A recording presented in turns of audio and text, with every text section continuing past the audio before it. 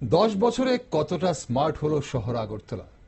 2015 সালে আগরতলা শহর smart city মিশনের অন্তর্ভুক্ত হওয়ার পর থেকে শহরটিকে আধুনিক ও স্মার্ট করে তোলার জন্য নানান পরিকল্পনা নেওয়া হয়েছে।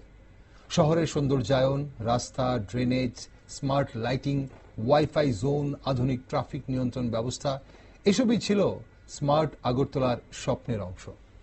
কিন্তু নগরবাসীর বক্তব্য, স্মার্ট সিটি মানে কি সুন্দর শহর, নাকি সেবা ও শৃঙ্খলাতেও স্মার্ট হতে হবে? উন্নয়নের কিছু দৃষ্টান্ত থাকলেও শহরের প্রতিদিনের সমস্যা, বিশেষ করে যানজট, নোংরা আবর্জনা সাফাই, জল জমা, ট্রাফিক বিশৃঙ্খলা সবই প্রমাণ করে যে স্মার্ট ট্যাগের চেয়ে বাস্তবমুখী পরিষেবা আরো অনেক বেশি জরুরি। সামনে উৎসবের মরশুম, গণেশ চতুর্থী, শারদোৎসব, দীপাবলি বা ক্রিসমাসকে সামনে রেখে শহরে আলোকসজ্জা, রাস্তাঘাট পরিষ্কার রাখা এবং নিরাপত্তা নিশ্চিত করা প্রশাসনের জন্য সবসময় চ্যালেঞ্জ হয়ে দাঁড়ায়। তার উপর এবার কভার ড্রেন করতে গিয়ে শহরের রাস্তাগুলোর বেহাল দশা। 10 বছর আগে ভারতের স্মার্ট সিটি মিশনের তালিকায় স্থান পাওয়ার পর নাগরিকদের মনে আশা জেগেছিল যে এই শহর দ্রুত আধুনিক সুযোগ সুবিধা, উন্নত পরিকাঠামো ও প্রযুক্তি নির্ভর ব্যবস্থাপনার অধিকারী হবে। কিন্তু বাস্তব প্রশ্ন হলো, আজ উৎসবের মুখে কতটা স্মার্ট হয়ে উঠেছে আমাদের আগরতলা শহর? নমস্কার, আমি দীপেন আর আপনারা দেখছেন নিউজ ভ্যানগার্ড।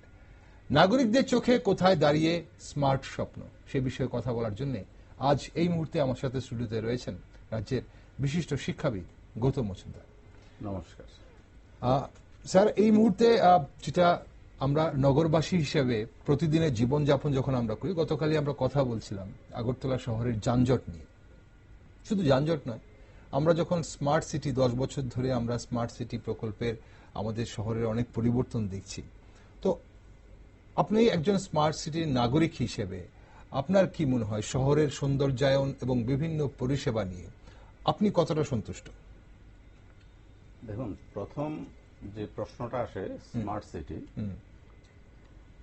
আমাদের নাগরিকরা যারা রয়েছে এদেরকেও স্মার্ট হতে হবে। আর এবার একটু যদি আমরা অন্যভাবে দেখি, বিশেষ করে 2015 সাল সেটার মানে শুরুবাত সারা ভারতবর্ষে, এবং ভারতবর্ষের বর্তমান প্রধানমন্ত্রী যিনি নরেন্দ্র মোদীজি, যার হাত ধরে এই পরিকল্পনাটা, শুধু এটাই না, আমরা আজকের থেকে আরো যদি 20, 30, 40, 50 বছর আমাদের স্বাধীনতার পর থেকে আমরা কিন্তু এই ভাবনাটা ছিল না যে একটা শহরগুলোকে আমরা সবসময় আগে ভারতবাসীরা বা ত্রিপুরাবাসীরা কি বলতাম যে পৃথিবীর বিভিন্ন উন্নত দেশ, তাদের যে পরিষেবা, বিভিন্ন শহরগুলোর যে পরিকাঠামো, মানে জনগণের যে পরিষেবাগুলো, বা এর আগেও আজকে থেকে আরো 30-40 বছর আগে আমাদের ত্রিপুরার তুলনায় দিল্লি, বোম্বে, বেঙ্গালোর এগুলোর খুব প্রচার প্রসার আমরা শুনতাম। একদম মেট্রোপলিটন সিটি আমাদের একটা মনের ভিতরে ছিল, বা বিশাল দিল্লি শহর, বা সেই বনায়ন করা দিল্লিতে, এই যে বিভিন্ন কর্মসূচিগুলো নিয়ে কিন্তু চীন, জাপান, আমেরিকা বা বড় বড় যেসব সিটিগুলো ছিল, এগুলো কিন্তু যেমন সাংহাইয়ের মতো একটা ছোট্ট জায়গা, এগুলোর গল্প কিন্তু আমরা সবসময় শুনেছি। মালয়েশিয়া, ইন্দোনেশিয়া, এগুলো ছোট ছোট জায়গা, কিন্তু এদের মধ্যে আমরা স্মার্ট বলতে শুনতাম একটা সুন্দর একটা পরিবেশ, গল্প শুনতাম এগুলো, যে গাড়ি যাচ্ছে, ট্রাফিকের সব ব্যবস্থা হয়ে যাচ্ছে, কোথায় কি হচ্ছে, কোথায় অ্যাক্সিডেন্ট হচ্ছে, এটা সিগন্যালের মধ্যে সব এসে যাচ্ছে। তো এগুলোর একটা জিনিস আমরা আগে শুনেছি। আমাদের সৌভাগ্য যে ভারতবর্ষের ভারত সরকার 2015 সালের পর থেকে যেমন bullet train, Vande Bharat express, এগুলো কিন্তু আমরা শুনেছি। এর আগে আজকে থেকে 20-30 বছর আগে আমরা যখন ট্রেনে সফর করতাম, খুব কষ্টের একটা ছিল সেটার বিভিন্ন পরিষেবা ও কিছু। কখনো কখনো রাজধানী পার্টিকুলার এটা দুইটা এগুলো কয়েকটা ছিল, এগুলো আমরা গল্প শুনতাম। এখন মোটামুটি জেনারেল লোকরাও এগুলো মানে বিভিন্নভাবে এগুলো ভোগ করছে। তার মানে কি, একটা টাইমের পর ভারতবর্ষ দেখা গেছে যে একটা কিছু হচ্ছে ভারতবর্ষে। তো আমাদের সৌভাগ্য, আমরাও যখন ভারতবর্ষে প্রথম পরীক্ষামূলকভাবে 20টা স্মার্ট সিটির ইয়ে করলো মানে নরেন্দ্র মোদীজি, পরবর্তী সময় 110টা টোটাল প্রজেক্টের মধ্যে এসে আমাদের সৌভাগ্য যে ত্রিপুরা রাজ্যের আগরতলা শহরকে মানে স্মার্ট সিটির আওতায় আনা হয়েছে। এটা হলো আমাদের প্রথম অবস্থাতে প্রচন্ড খুশির খবর যে এটা একটা বিশাল সুযোগ আমাদের মতো রাজ্যে, বিশেষ করে ত্রিপুরা রাজ্য সারা ভারতবর্ষের আমরা জানতাম প্রত্যন্ত 10 একটা বছর অঞ্চল। আগের কথা, হ্যাঁ 10 বছর হয়ে আমরা গেছে। এসছি। এবার স্মার্ট সিটি আসার পর যেসব পরিষেবাগুলো আসা, যেমন গার্বেজের, ট্রাফিকিং, ট্রাফিক সিগন্যালের যেসব পয়েন্টগুলো আছে, রোডের জল নিকাশি ব্যবস্থা, বিভিন্ন পরিষেবা আছে, বিভিন্ন আধুনিক পরিষেবা পরিষেবাগুলো। যেগুলো মানুষের জন্য খুব প্রয়োজন, এবং যেগুলো আমরা পৌরসভা আগেও দিত, কিন্তু স্মার্ট আগেও সিটি দিত, হওয়ার পর আধুনিক ভাবে দেওয়ার যে আধুনিকভাবে সেটা দেওয়ার একটা পরিকল্পনা চলছে। তার জন্য বিভিন্ন ফান্ডিং আসছে, এতে করে কিছু ইনকাম জেনারেশন অ্যাক্টিভিটি হবে। আমরা এগুলোতে, যেমন আগে আমাদের এই যে গার্বেজ কালেকশন যেটা এখন হয়, এটা আমরা আগে দেখিনি, এখন ঘরে ঘরে গিয়ে এগুলো তুলছে। এগুলো তুলে আমরা মানে বিভিন্নভাবে করছি। হ্যাঁ, কিছু কিছু জায়গাতে প্রবলেম আছে, কিছু জায়গাতে প্রবলেম হচ্ছে। এখন আমরা আজকে 4-5 বছরে দেখছি যে জায়গাগুলোতে কাজ হওয়ার পরে যারা এই পরিষেবাগুলো যারা দিচ্ছে, ওদের ভিতরে হয়তো কখনো কখনো কিছু ভুল ত্রুটি হচ্ছে। আবার আজকের দিনে যেমন মানে আজকে কয়েকদিন যেটা বিভিন্ন সময় দেখছি যে আমাদের রাস্তায় যে ড্রেনগুলো হচ্ছে, এগুলো কিন্তু স্মার্ট সিটির একটা অংশ, কাজগুলো কভার ড্রেন হচ্ছে। আমরা এগুলো আবার জানি যে পাশাপাশি যে কোনো একটা কনস্ট্রাকশন বা যখন কিছু হয় তখন একটু জনগণকে একটু সহ্য করতে হবে, কারণ এখন একটু কাজ হচ্ছে রাস্তাঘাটে। তার মধ্যে আজকে 10 বছর যদি আমরা জাস্ট 10টা বছর ধরি, এখন মানুষের কাছে প্রচুর পরিমাণে গাড়ি, ভেহিকেল হয়ে গেছে। প্রত্যেকটার কাছে পার্সোনাল কোনো না কোনো টু হুইলার আছে, তারপরে অটো বা বিভিন্ন টমটম নিয়ে যেগুলো আছে, এগুলো এখন প্রচুর। কারণ স্মার্ট সিটি হওয়ার সঙ্গে সঙ্গে কিন্তু ত্রিপুরা রাজ্যের বিভিন্ন গ্রামগঞ্জের লোকগুলো কিন্তু স্মার্ট সিটির বেনিফিট নেওয়ার জন্য ওরাও কিন্তু স্মার্ট হওয়ার জন্য শহরে এসে যাচ্ছে। ওকে, আমি স্যার আপনাকে এখানে একটু ইন্টারাপ্ট করব। আমরা একটু চিত্রটা দেখাতে চাইবো, সাধারণ চিত্র যেটা আগরতলা শহরে এই মুহূর্তে যারা রাস্তায় বেরোচ্ছে বা কাজে যাচ্ছে হোক, বা রাস্তায় কোনো দরকারে হোক বেদরকারে হোক রাস্তায় বেরোচ্ছে, তারা যে চিত্রটা দেখবে, একটা সাময়িক অল্প কিছুটা চিত্র সেটা দেখাবো। তাতে কি ধরা পড়ছে? বাকি অনেক পরিষেবা আছে যেগুলো এখানে ধরা নেই। আমি একটু অবশ্যই পিসিআরকে অনুরোধ করবো ফুল স্ক্রিনে চিত্রটা দেখাবো। এটা এই মুহূর্তে যে চিত্রটা দেখছেন, এটা হরিগঙ্গা বসাক রোডের চিত্র, যেটা আপনি বলছেন যে সাময়িক কিছুটা সমস্যা হবে। এটা হরিগঙ্গা বসাক রোড আমরা এমনিতে যাকে জানি খুব একটা কনজাস্টেড এরিয়া। এই যে চিত্রটা দেখছেন, এখানে আমরা দেখছি দিনের আলোতে একটি ডাম্পিং, যে মিউনিসিপ্যালিটি যে ডাম্পিং গাড়িগুলো যেগুলো হয়, সেখানে ময়লা পরিষ্কার করছে, আবর্জনা পরিষ্কার করছে। এটা এমবিবি চৌমুনি এলাকাতে। সেখানে এই পরিষ্কারটা হচ্ছে দিনের আলোতে হচ্ছে, এবং সেখানে একটা গোটা রাস্তা জুড়ে। এই যে এলাকাটা দেখছেন, এটা এই যে চিত্রটা, এটা রোনাল্ডসে রোডের চিত্র, অনেকটা কেরচৌমুনি বা এই রামনগর এলাকাতে বিভিন্ন জায়গায় যেখানে ড্রেনের কাজ হয়েছে। আমরা দেখছি প্রায় অর্ধেকটা জায়গা জুড়ে, দেখুন এখানে দেখুন রাস্তাটা কতটা সরু হয়ে গেছে দুপাশে এই ধরনের ড্রেনের কারণে। বিশাল বড় জায়গাটা সেখানে কিন্তু সেখানে মাটি দিয়ে ভরাট করা হয়েছে, এই যে মাটি দিয়ে ভরাট করা হয়েছে, কাজও কমপ্লিট হয়ে গেছে অনেক জায়গায়। এটা আরএমএস থেকে বিএম যাওয়ার পথের এই যে রাস্তাটা। এখন প্রশ্ন হচ্ছে, এই যে মাটি দিয়ে ভরাট হয়ে গেছে, কিন্তু রাস্তা ভেঙে যাওয়ার কারণে না মানুষ পায়ে হেঁটে ওইখানে যেতে পারছে, না গাড়ি বা অন্যান্য যে যানবাহন তা যেতে পারছে। এখন হচ্ছে যে এই যে ভোগান্তিটা বা এই যে কাজগুলোকে স্মার্ট ওয়েতে করার, যখন আমার কাজটা শেষ, আমি মাটি ভরাট করে দিয়ে যারা কাজটা করছে তারা বেরিয়ে পড়ছে, কিন্তু সঙ্গে সঙ্গে আমার লাইন ডিপার্টমেন্টের যে রাস্তাটা তো করতে হবে একদিন না কেউ, সঙ্গে সঙ্গে রাস্তাটাকে করা, দ্রুত করে নিয়ে নাগরিক পরিষেবা, এই জায়গাগুলো আমরা কবে উন্নত হবে? এই জায়গাটা একটা সুন্দর প্রশ্ন। আমরাও মানে আমরাও তো এটার ভুক্তভোগী, আমরাও দেখছি। কিন্তু এবার স্মার্ট সিটির যে আমরা যে প্রথম যে পরিকল্পনা বা যে আলাপগুলো আলোচনাগুলো হয়েছে, যে বিশ্বের যে বড় বড় শহরগুলো আছে, ওরা কিন্তু মেন এই যে কাজগুলো কিন্তু বেশিরভাগ রাতে করে। আচ্ছা, তাহলে রাতের বেলা করলে দিনের বেলা যে মানুষের যে প্রবলেমগুলো হয়, ট্রাফিকের যে প্রবলেমগুলো হয়, এই ভিড় ভাট্টাটা কম থাকে, রাস্তাগুলো পরিষ্কার করার বিষয়টা থাকে। এখানে আমাদেরও কিন্তু কিছু, এই রাজ্যেরও কিছু প্রবলেম আছে, স্কিল লেবার কিন্তু নেই। আচ্ছা, তাহলে স্কিল লেবার, এবার আমাদের এখানে যদি কেউ যদি রাতে কাজের কথা বলে, কেউ কিন্তু করবে না। কিন্তু বাইরের লোকরা যারা আসছে, ত্রিপুরা রাজ্যের বাইরে যেসব শ্রমিকরা আসছে, এরা কিন্তু 24 আওয়ার্স শিফটিং কাজ করছে। আচ্ছা, তাহলে এদের সংখ্যা কিন্তু বেশি না। তাহলে এই ক্ষেত্রে যদি আমাদের রাজ্যের যারা শ্রমিক রয়েছে ওরা যদি এইসব কাজগুলোকে ওইভাবে যদি করতো তাহলে হয়তো আরেকটু স্মুথ হতো কাজটা। আচ্ছা, আর আজকে আপনারা যেটা দেখিয়েছেন এটারও প্রয়োজনীয়তা রয়েছে। এটা একটা যুগোপযোগী ব্যবস্থা, মানে বর্তমান যে পরিস্থিতি চলছে সেটা তো স্বাভাবিকভাবে গভর্নমেন্টের উপরে যাবে। তাহলে গভর্নমেন্টের সবাই তো, আমি যে প্রথমে যে বললাম আমরাও কিন্তু এখনো স্মার্ট হইনি, তাহলে আমাদেরও স্মার্টনেস রয়েছে। যেমন পরিষ্কার করছে গাড়িগুলো, পুরসভার গাড়িগুলো, এরা দিনে এসে করছে। এবার যতটুকু না তুলে নিয়ে যাচ্ছে তার থেকে আবার কিছু পরেও যাচ্ছে, তাহলে রোডটা আবার নোংরা হয়ে যাচ্ছে। ঠিক, আমি চিত্রটা আরো একবার দেখাতে চাইবো যেখানে সমস্যাটা কোন জায়গায়। গাড়ি এখানে এই যে ডাস্টবিন গুলো আছে, ডাস্টবিন থেকে পরিষ্কার করবে, এটা খুবই নর্মাল ব্যাপার, কিন্তু ডাস্টবিনটা কোথায় রাখা আছে, স্পটটা কোথায়, ঠিক দেখবেন আপনি রাস্তার থেকে মানে বা ফুটপাথ থেকে অনেকটা বেরিয়ে এসছে সেই ডাস্টবিনটা। আচ্ছা, সেটা হচ্ছে এক।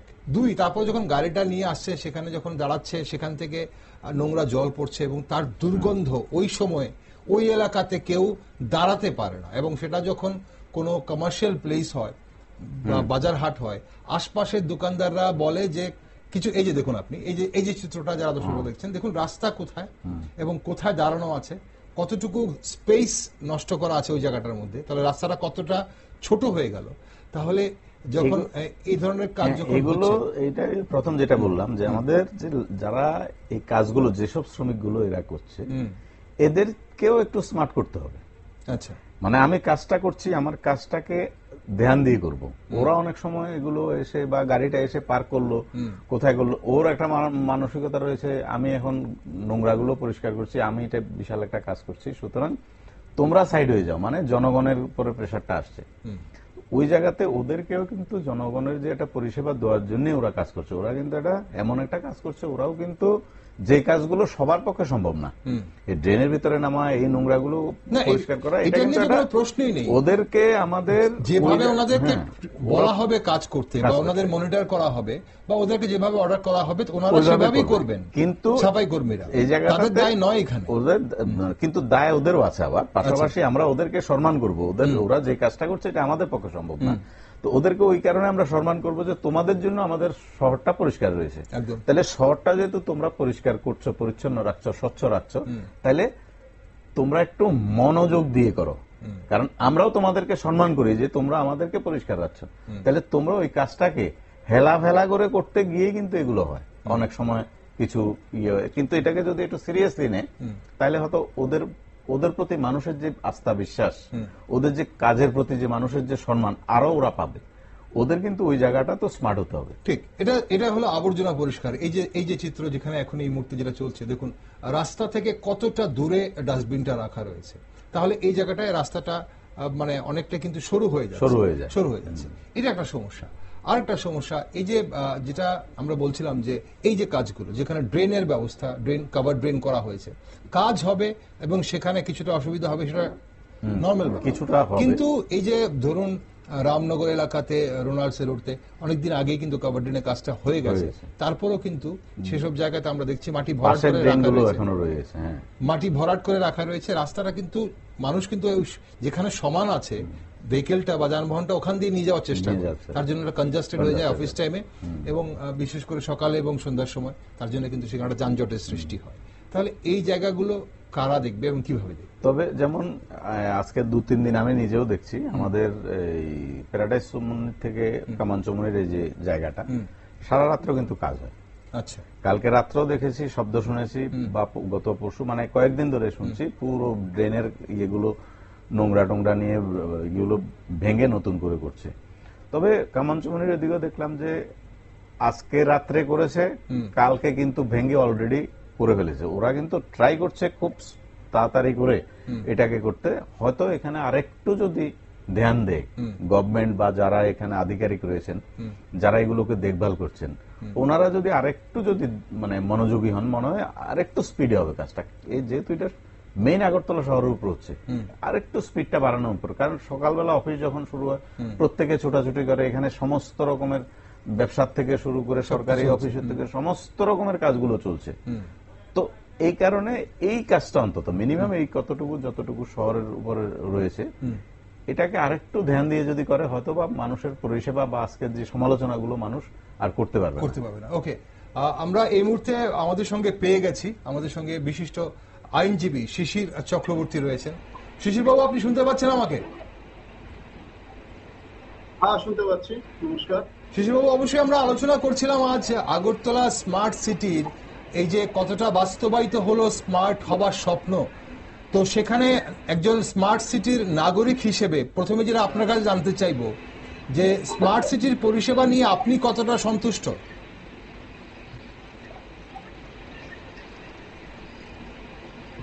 দেখুন, এই স্মার্ট সিটি প্রজেক্টটা শুরু হয়েছিল 2016 সালে, প্রায় 10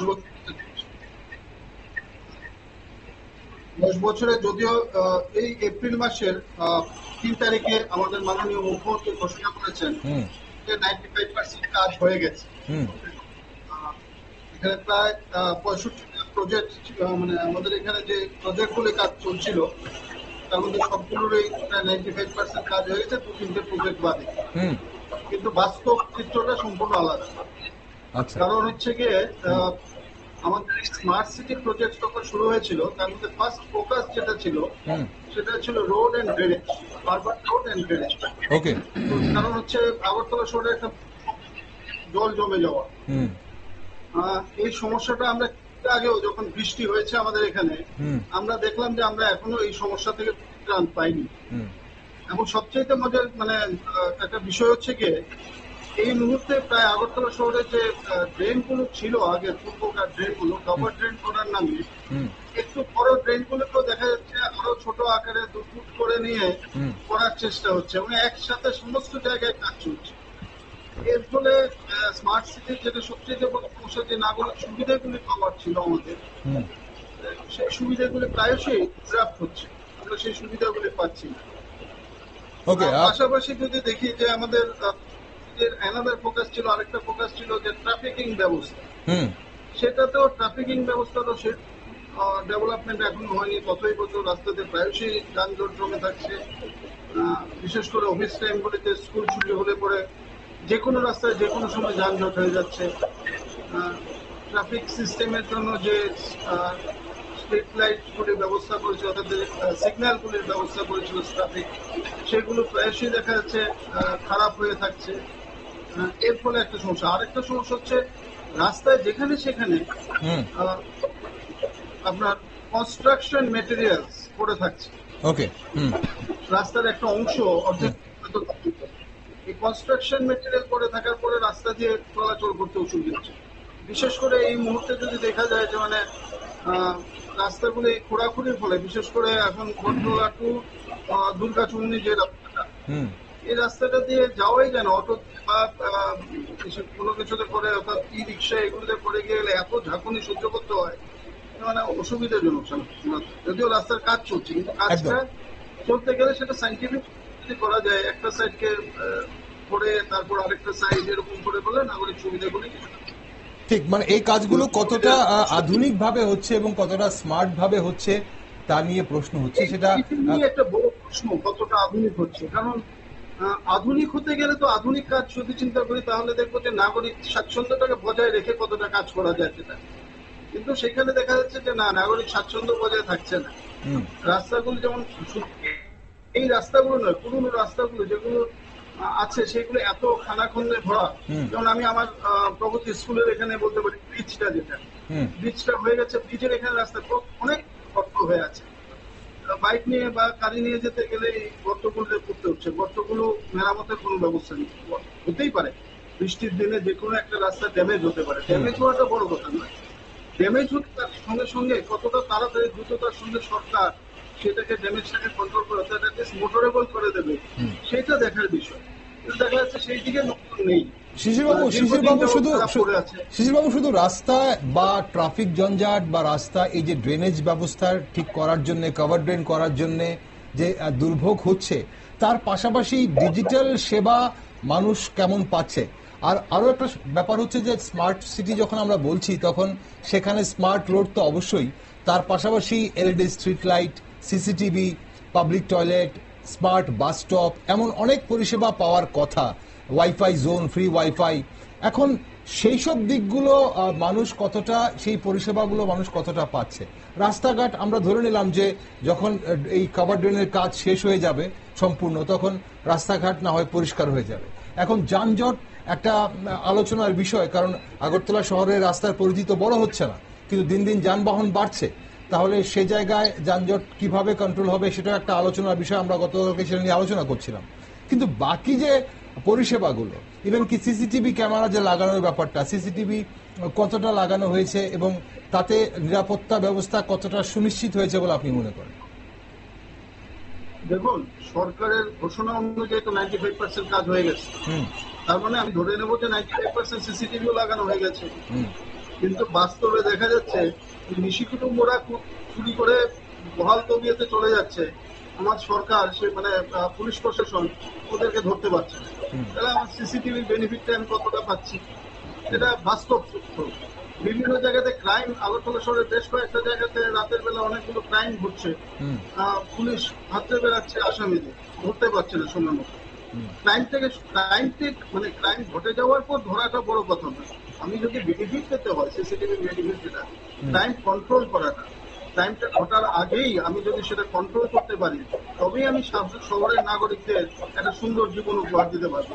কারণ এই যে প্রজেক্টটা, স্মার্ট সিটি প্রজেক্ট, তার এমন কথা ছিল, এটার অবজেক্টটা যেটা ছিল সেটা হচ্ছে improvement of quality of life of the city people or urban people. তার সঙ্গে ছিল বেটার লিভিং কন্ডিশন এবং improvement of transportation. Improvement of transportation যেমন আগরতলা শহরে টাউন বাস সার্ভিসই নেই।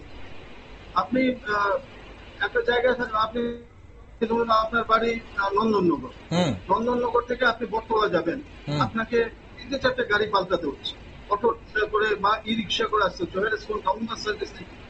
এগুলি তো এত কোটি টাকা, প্রায় কেন্দ্রীয় সরকার থেকে আপনাকে 54, টোটাল প্রজেক্ট কস্ট হচ্ছে 54.04 করোড়, এবং তার মধ্যে রেশিও হচ্ছে 90-10, সেন্ট্রাল গভর্নমেন্ট দেবে 90%, স্টেট গভর্নমেন্ট 10%। এই যে বিপুল অর্থ আসছে, তার যদি প্রপার ইউটিলাইজেশন করা হয়, তাহলে এতদিনে টাউন বাস সার্ভিস চালু, ট্রান্সপোর্টেশনের পরিষেবা পাওয়ার কথা ছিল রাজ্যের মানুষের, শহরের মানুষদের, নাগরিকদের, এইটা থেকে বঞ্চিত হচ্ছে। আপনি ধরুন গার্বেজ যেটা, এই রাস্তার মধ্যে প্রায় প্রত্যেকটা রাস্তাতেই ডাস্টবিন নয়, শুধু সারা রাস্তা জুড়ে ডাস্টবিন। এটা কি একটা শহরের জীবন নাকি? এটা কি নাগরিক স্বাচ্ছন্দ্য যে সারা রাস্তা জুড়ে আমি বাড়ি থেকে বেরোলাম, দেখছি বিভিন্ন জায়গায় এই প্যাকেট পড়ে আছে, সেই প্যাকেট পড়ে আছে। হ্যাঁ, অবশ্যই সবটা সরকারের দায়িত্ব, নাগরিক সচেতনতাও দরকার। সেই জন্যই স্মার্ট সিটি প্রজেক্টের মধ্যে এটাও যে নাগরিক সচেতনতা বৃদ্ধি। তো আমরা প্রায় এই প্রজেক্টটা 10 বছর হতে চলছে, আমরা এখনো নাগরিকদের সচেতন করতে পারি যে কোথায় আবর্জনাটা ফেলবো, এটা বড় দুঃখের। ঠিক, শিশিরবাবু আপনি একটু সঙ্গে থাকুন আমাদের সঙ্গে গৌতম মজুমদার রয়েছেন, বিশিষ্ট শিক্ষাবিদ। আমি এই বিষয়টাতে একটু গৌতম বাবুর কাছে যাবো। স্যার, এই যে ব্যাপারটা 10 বছর বলা হচ্ছে, শিশিরবাবু খুব সুন্দর একটা পয়েন্ট তুলেছেন। 10 বছরে আমরা কি শুধু বিভিন্ন কনস্ট্রাকশন ওয়ার্ক গুলো করে গেছি, সেখানে নাগরিকদের সচেতন করার জন্য আমরা কি কোনো পদক্ষেপ কি চোখে পড়েছে আপনার? নাগরিকদের সচেতন তো নাগরিকরাই হতে হবে, যেহেতু আমরা একটা স্মার্ট সিটির আন্ডারে রয়েছি। আর সৌন্দর্যায়ন বলতে যেমন আমাদের বটতলাতে গেলে দেখা যায় বাঁধের এখানে বাঁধ দিয়ে পার্ক টার্ক করছে, এটাও একটা সৌন্দর্যের আওতায় আছে। লাইটিং গুলো চলছে, বিভিন্ন ট্রাফিক গুলো কন্ট্রোল করছে ইন্দ্রনগরের ওখান থেকে, পুরো আগরতলা সিটির ট্রাফিকটা কন্ট্রোল করছে। ওখান থেকে পুরো ছবিটা চলে যাচ্ছে ওখানে, যে যেমন এবার যে বর্ষা হলো, কোথায় কোথায় জল জমেছে, এগুলো কিন্তু ওখান থেকে ফিডব্যাক দিচ্ছে যে এখানে এখানে জল জমে আছে। আচ্ছা, তাহলে এগুলো কিন্তু আমাদের এই মানে স্মার্ট সিটির একটা অংশ। যেমন এই যে হাওড়া এবং বলদাখালে যে এরিয়াতে একটা বাদ দেওয়ার পরিকল্পনা চলছে, তাহলে এগুলো কিন্তু এটারই একটা অংশ। এবং এগুলো যদি আমরা আগামী দিনে যদি এগুলোকে যদি করতে পারি, তাহলে হয়তো আরো কিছু, যেগুলো ড্রেনেজ বা যেমন এখন ইলেকট্রিক লাইনগুলো পুরো কিন্তু মাটির নিচে চলে যাচ্ছে। আচ্ছা, যেমন আমাদের মরচমনি থেকে এটা অলরেডি হয়ে গেছে কিছু একটা অংশ, হয়তো আপনারাও দেখেছেন। আগামী দিনে এগুলো, আজকে যেগুলো এই যে আমাদের শহরের উপরে যে ড্রেনেজ গুলো হচ্ছে, ওইখানে কিন্তু ইয়ে চলে যাচ্ছে, লাইন চলে যাচ্ছে কারেন্টের। আচ্ছা, এটাও একটা সমস্যা, এটা নিয়ে অনেকে প্রশ্ন তোলেন। এই যে আপনি বলছেন বিদ্যুতের লাইন নিচে দিয়ে যাচ্ছে, ওয়াটার সাপ্লাই লাইন নিচে দিয়ে যাচ্ছে, একটা কাজ করা হয়, রাস্তা নির্মাণ করা হয়, তারপর আমরা দেখি দুদিন পরে নতুন রাস্তাটাকে কেটে কোনো ধরনের ইয়ে নেই, মানে দুটো ডিপার্টমেন্টের একসঙ্গে কমিউনিকেশনটা। আমি এবার এই জায়গাতে একটু ইন্টারাপ্ট করি। আমি দেখলাম আমাদের এখানেই এটা বেশি, মানে আগরতলা শহরকে দেখছি। আপনি বাইরে যান, দিল্লি যান, বোম্বে যান, পুনা যান, হায়দ্রাবাদ যান, বড় বড় শহরগুলো তো আমরা মাঝে মাঝে যাই দেখি। আমার একটা অভিজ্ঞতা, আমি মাঝে মাঝে এটা গল্পও বলি। আমি এটা পুনা শহরের কাহিনী বলছি। আমি যাচ্ছি যখন, তখন একটা মানে রোডের এখানে খোদাই করছে, কিছু একটা হচ্ছে, পুরো রোডটাকে একটুখানি রেখেছে, মানুষ আসা যাওয়া করছে। ঠিক আমি 2-3 ঘন্টা পরে আমি ব্যাক করেছি। আচ্ছা, আমি যখন আসছি কেউ বলতে পারবে না, আমি দেখে গেছি বলে আমি জানি যে এই জায়গাতে একটু আগে কাজ হয়েছে, 3-4 ঘন্টা আগে। এসে আর বুঝিনি এখানে কোনো কাজ হয়েছে। ওকে, আবার আগের জায়গায় চলে এসেছে। তাহলে কি এটা হলো কি ওই কমিউনিকেশন, যেটা বললাম, বিভিন্ন ডিপার্টমেন্ট আছে, যেমন পিডব্লিউডি কাজ করছে, ওয়াটার সাপ্লাই কাজ করছে, ইলেকট্রিক ডিপার্টমেন্টের কাজ করছে। আমি ইলেকট্রিকের খোদাই করলাম, বা আমি পিডব্লিউডি রোডটা খোদাই করলাম। পিডব্লিউডি কিন্তু ইলেকট্রিক কিন্তু পিডব্লিউডি টাকা দিয়েছে, সে আমি একটা সাপ্লাই নিচ্ছি, আমি পার্সন, আমি যখন সাপ্লাই নিচ্ছি তখন কিন্তু সাপ্লাই আমার থেকে টাকা কেটে নিয়েছে, রাস্তা খোদাই হবে, এই হবে সেই হবে, এগুলো এটা টাকা কিন্তু আমরা দিই, কানেকশন দিয়ে চলে গেল রাস্তাটা খোদাই করে। এটাই বলছি আমি। তাহলে আমি এজ এ পার্সন, নাগরিক হিসাবে আমার থেকে তুমি চার্জ করেছো এই টাকা, তোমার এত টাকা কানেকশন চার্জটা কিসের, এগুলোর কিন্তু কানেকশনটা দিয়ে তুমি চলে গেলে, তারপর যে পিডব্লিউডি যে কাজটা করেছে, পিডব্লিউডি রাস্তাটা খোদাই করেছে, পিডব্লিউডি কে টাকা ওরা দিয়েছে, তাইলে আমার টাকাটাই তুমি, তাহলে ওরা করছে না, এটা ওদের গাফিলতি। এগুলো এই যে যেমন আজকের এই আলোচনাটা হয়তো কিছুটা আমাদের বিভিন্ন ডিপার্টমেন্ট গুলো এরা যারা জড়িত রয়েছে, আমরা চাইবো ওদেরকেও একটু স্মার্ট হতে হবে। কেন রাস্তাটা, যেমন আজকে একটু আগে আমরা দেখলাম যে রাস্তার পাশাপাশি drain already, cover drain already হয়ে গেছে, কিন্তু মাটিগুলো ফিল আপ করা হয়েছে, কিন্তু সেখানে গাড়ি চলাচলের মতো ব্যবস্থা নেই। কিন্তু এখানে আবার ওদেরও কিছু কিছু জায়গাতে তো শুধু আমরা ওদের দোষ দেখলে হবে না, মানে এখানে আর এটা আছে কি, বর্ষাটাও অনেকটা কিছু ক্ষতি করছে, মানে বর্ষা এসে যাচ্ছে, কাজগুলো করার জন্য একটু ফ্রি থাকতে না। প্র্যাকটিক্যাল ভাবে যদি গৌতমবাবু আমরা দেখতে যাই, এই যে কভার ড্রেন করা হয়েছে, কভার ড্রেনে অবশ্যই নগরবাসীর ভালোর জন্য করা হয়েছে, এটার থেকে মশার উপদ্রব থেকে নগরবাসী হয়তো অনেকটা কমবে বলা হচ্ছে, এবং কভার ড্রেন করা হচ্ছে, কিন্তু তার জন্য কাজ করতে গিয়ে এরপর যে মাটিও ফিল আপ করা হচ্ছে, আমরা এরকম বহু জায়গায় দেখছি, সেই যে মাটি ফিল আপ, গাড়ি সেখান দিয়ে যেতে গিয়ে, বিশেষ করে একটু ভারী গাড়ি, সেখানে চাকার আটকে রয়েছে গাড়ি, কারণ সেখানে যিনি ড্রাইভার উনি বুঝতে পারছেন না, সেখানে মাটি তো পড়া আছে, কিন্তু নিচে যে গর্ত, এই মাটিটা এই ফিল আপটা কিন্তু হয়নি, এখানে পুরো কংক্রিট দিয়ে আবার পুরো রাস্তা করাটার যে কার্পেটিং মেটালিং নিয়ে ফাইনাল করতে হবে, যতক্ষণ না এটা ফাইনাল করা নিয়ে। আর এটা আমার মনে হয়, এটা আমার ব্যক্তিগত মনে হচ্ছে, হয়তো বা এখন বর্ষার সিজন দেখে পিডব্লিউডি ওইভাবে এটা নিয়ে ভাবছে না, হয়তো কিছুদিন পর হয়তো এটা হবে, তাড়াতাড়ি হয়ে যাওয়াটাই উচিত। আমি শিশির বাবু, আপনার কাছে কি মনে হয়, একজন নাগরিক হিসেবে স্মার্ট সিটির তো অনেকগুলো দিক রয়েছে, সৌন্দর্যায়নের যে কথা গৌতম বাবু বলছেন, সৌন্দর্যায়নের দিক রয়েছে, পরিষেবার দিক রয়েছে, নিরাপত্তার দিক রয়েছে, এবং কিছু কিছু পরিষেবা এমন কিছু রয়েছে যেগুলো হয়তো ফ্রি পাওয়ার কথা, আধুনিক পরিষেবা, যেমন ফ্রি ওয়াইফাই জোন পাওয়ার কথা। এখন আপনি কি কি পাচ্ছেন এই মুহূর্তে, আপনার মানে কোন জায়গাটাতে সন্তুষ্টি আসে, যেন আমি এই জায়গাগুলো বিগত 10 বছর আগে এই সমস্যাগুলো ছিল, এখন এগুলো নেই?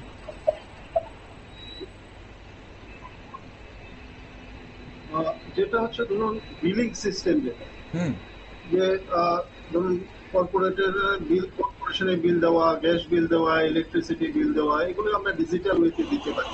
ওকে, ফোনের বিল দেওয়া, ট্যাক্স জমা করা, জলের কর জমা করা, এগুলো ডিজিটালি হয়ে যাচ্ছে।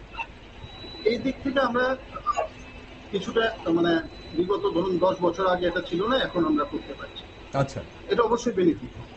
আগরতলা শহরে কিছু বড় টিভি লেগেছে, সৌন্দর্যায়ন হয়েছে, কিছু বেনিফিট। কিন্তু আবার দেখুন উল্টো দিকে, যেখানে সেখানে বাজার বসে যাচ্ছে, এটাকে কোনো কন্ট্রোল করার নেই। যেখানে সেখানে মাংস মাছ বসে যাচ্ছে, বিক্রি হচ্ছে, হাইজিনিক, মানুষের হেলথ হাইজিনের খেয়াল নেই। এই জিনিসটা একটা স্মার্ট সিটির পক্ষে আমার মনে হয় না সঠিক। এইগুলোর দিকে নজর দেওয়া উচিত, যে যেখানে সেখানে বাজার না হয়। ড্রিঙ্কিং ওয়াটার একটা নাগরিকের পাওয়া কর্তব্য। বারবারই বলা হচ্ছে যে প্রত্যেকটা বাড়িতে ড্রিঙ্কিং ওয়াটার দেবে, এবং ড্রিঙ্কিং ওয়াটার জন্য জল কর আগের চেয়ে বেশি করা হচ্ছে, বা জল কর নেওয়া হচ্ছে, অথচ আমি কর দিয়েও ভালো জলটা, অর্থাৎ যোগ্য জল পাচ্ছি। তো এই সমস্ত, তারপর যেমন খাবার ড্রেন করা হয়েছে মশা নিয়ন্ত্রণ করার জন্য, আগরতলা শহরে মশার উপদ্রব বেড়ে যাচ্ছে।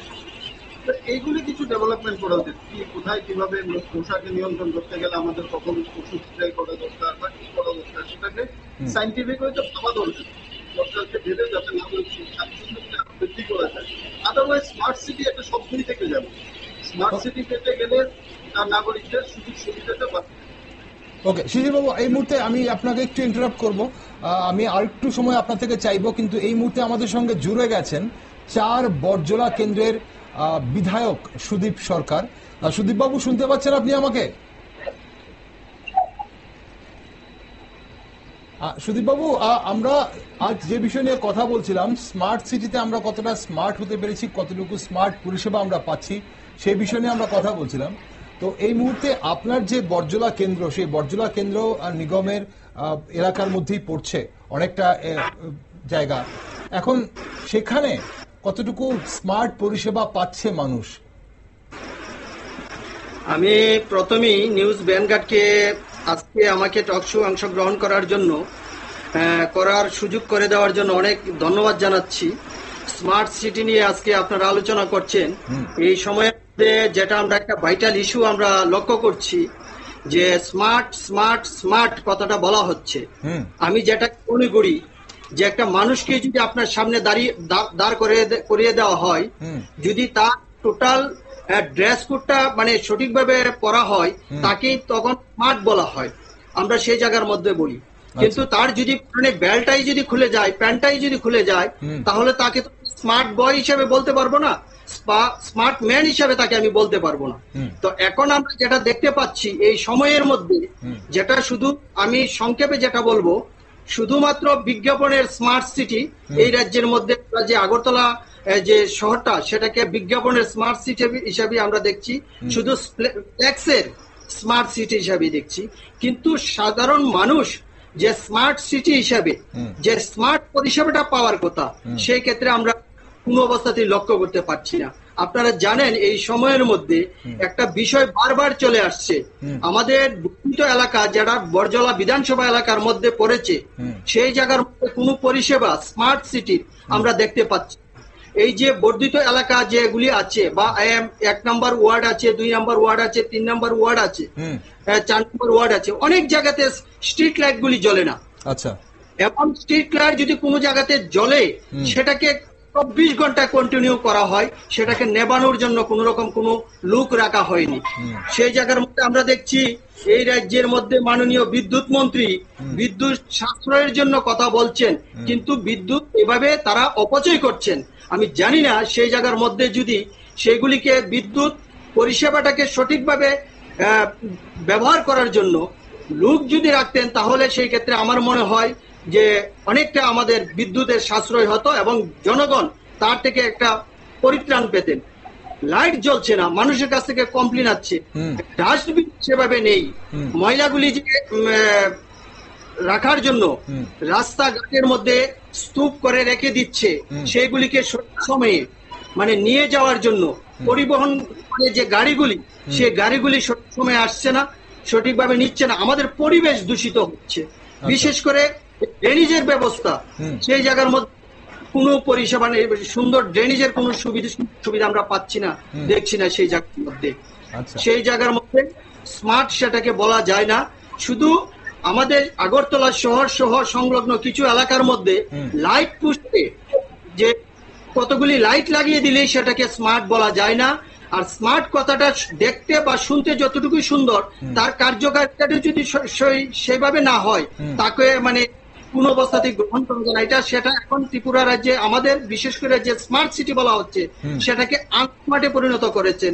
আমরা আপনাকে বলতে চাই এই সময়ের মধ্যে সুদীপ বাবু একটু স্পেসিফিক্যালি জানতে চাইবো আপনার কাছে, আপনি সৌন্দর্যায়ন এবং যে নাগরিক পরিষেবা দুটো কথাই বলছিলেন। আপনি বলছিলেন যে 1, 2, 3 নম্বর বা 4 নম্বর ওয়ার্ডগুলো আপনার বিধানসভা এলাকাতে যে বিষয়গুলো উঠছিল, আমাদের শিশির বাবু রয়েছেন, আমাদের একজন বিশিষ্ট আইনজীবী, আগরতলা শহরের একজন বিশিষ্ট নাগরিক, পাশাপাশি একজন শিক্ষাবিদ রয়েছেন, গৌতম মজুমদার স্টুডিওতে রয়েছেন আমার সঙ্গে, উনি রাজ্যের একজন বিশিষ্ট শিক্ষাবিদ তথা আগরতলা শহরের একজন বিশিষ্ট নাগরিক। এখন আপনার এলাকাতে আপনি বলছেন যে ড্রেনেজ ব্যবস্থা বা লাইট জ্বলছে না। এখন আমরা আগরতলা শহরের প্রাণকেন্দ্রে দেখছি বিভিন্ন ড্রেনগুলোকে কভার ড্রেন করা হচ্ছে। আপনাদের এলাকাতে ওই এলাকাতে মানে একটু শহরতলি যেগুলোকে আমরা বলি সেই সব জায়গাতে লাইটের পাশাপাশি বিভিন্ন অন্য যে পরিষেবাগুলো আছে সেইগুলো আপনারা পাচ্ছেন কিনা? বিশেষ করে ধরুন সিসিটিভির আয়তায় আনা হচ্ছে গোটা আগরতলা শহরকে, সিসিটিভির কি পরিষেবা ওখানে আপনারা পাচ্ছেন? না, সিসিটিভির কথা তো আপনি দূরে রাখুন। সিসিটিভি তো বিশেষ করে দিনের বেলা হয়তো সিসিটিভি লাগালে সেটা কাজ করবে, রাত্রিবেলা কি করবে? রাত্রিবেলা তো রাস্তাই অন্ধকার, সেই জায়গার মধ্যে তো লাইটই জ্বলছে না, তো কি করে সিসিটিভির মানে ভাবতে পারি? আমরা ভাবতে পারি না তো। এরপরেও গুদের উপরে বিষ পুরা, যেটা এই সময় আমরা যেটা লক্ষ্য করছি এই বছর থেকে শুরু হয়েছে, যে পুরো কর যেটা আপনার বাড়ির যে ট্যাক্স সেটাকে কয়েক গুণ বৃদ্ধি করা হয়েছে, সম্পত্তি কর যে সেটাকে বৃদ্ধি করা হয়েছে। এখন সেই জায়গার মধ্যে আমরা দেখতে পাচ্ছি এই সময়ের মধ্যে যে জনসাধারণের কাজ নেই, মানে সেই জায়গার মধ্যে ট্যাক্স বৃদ্ধি করা হচ্ছে, একের চেয়ে এক বৃদ্ধি করা হচ্ছে, জল কর সেটা বৃদ্ধি করা হচ্ছে, বিদ্যুতের বিল বৃদ্ধি করা হচ্ছে। এই নিয়ে আমাদের আন্দোলন কর্মসূচি চলছে। আমরা চাইছি স্মার্ট বলছেন ঠিক আছে, সেটাকে যাতে বিজ্ঞাপন এবং ফ্লেক্সের মতো স্মার্ট সিটি না হয়, শুধু কয়েকটা জায়গার মধ্যেই লাইট লাগিয়ে সেটাকে স্মার্ট সিটি বলা যায় না। যতটুকু এলাকা বৃদ্ধি করা হয়েছে সেই জায়গার মধ্যে সেটাকে সম্পূর্ণ পরিষেবা দিলেই সেই ক্ষেত্রে স্মার্টের যে সম্পূর্ণ তার সংজ্ঞা সেটা পূরণ হবে। আপনাকে আমি বলছি, হ্যাঁ সুদীপবাবু, আমার কাছে খুব বেশি সময় নেই আজকে, আমি আরেকটা শেষ প্রশ্ন আপনাকে করব। এই মুহূর্তে আপনার এলাকার জন্য, আমি আগরতলা শহরের জন্য অবশ্যই আপনারা বলবেন যেটা বলছেন, কিন্তু আপনার এলাকা বলতে আমি বলছি যে শহরতলিতে যেসব জায়গাগুলো আছে, বর্ধিত এলাকা যেগুলো আগরতলা সিটি, আর সেই সব এলাকাগুলোতে কি কি পরিষেবা সবচেয়ে বেশি প্রয়োজন বলে আপনি মনে করেন, যেগুলো একদমই নেই আপনারা বলছেন? কোনগুলোতে লক্ষ্য দেওয়া উচিত এই মুহূর্তে? হ্যাঁ, সবচেয়ে বড় বিষয় হলো যেটা ময়লাগুলি সঠিকভাবে নিতে হবে, ময়লাগুলি সঠিকভাবে উঠিয়ে নিতে হবে। রাস্তার পাশে স্তূপ করে রাখা হয়েছে, সেগুলি নেওয়ার মতো সঠিক ব্যবস্থা করতে হবে। তারপর দ্বিতীয়, ড্রেনের ব্যবস্থা করতে হবে, বিশেষ করে বিদ্যুতের যে স্ট্রিট লাইটগুলি আছে সেই ব্যবস্থাটা করতে হবে, সেগুলি করতে হবে। পাশাপাশি আমাদের যে এলাকার, বিশেষ করে বর্ধিত এলাকার রাস্তাঘাটের বেহাল দশা, সেই রাস্তাগুলি মেরামত করার ব্যবস্থা করতে হবে। রাস্তাগুলি বেহাল দশা, জল, এই যে জলজীবন মিশনের নামে যে জলের ব্যবস্থা করেছেন সেই জায়গার মধ্যে পাইপই আছে, সেই জায়গার মধ্যে জল আসছে না, তো সেইগুলিকে সঠিকভাবে মেরামত করে জনগণ যাতে পরিষেবা পেতে পারে তার জন্য সেই উদ্যোগ নিতে হবে। আমি আরেকটা জিনিস আপনাকে বলছি, সেটা শুধু আমার এলাকা না, সমস্ত আগরতলাবাসীর জন্য আমি যে কথাটা বলতে চাই। এই সময়ের মধ্যে আমরা লক্ষ্য করছি আমাদের ফায়ার সার্ভিস থেকে দুর্গাচুমিনি হয়ে, যেটা আগে ময়লা গলা বলতাম, এটা জনগণের আপত্তি ছিল, সেটাকে ময়লা গলা কেন বলা হবে, সেটাকে চন্দন হিসেবে রাখা হয়। সেই জায়গার মধ্যে একটা সোয়ারেজ একটা প্রকল্প ছিল, ড্রেনেজের মাধ্যমে শহর থেকে এবং বিভিন্ন এলাকা থেকে যে ময়লাগুলি আন্ডারগ্রাউন্ড পাইপের লাইনের মাধ্যমে সেই জায়গাতে ময়লাগুলি আসবে।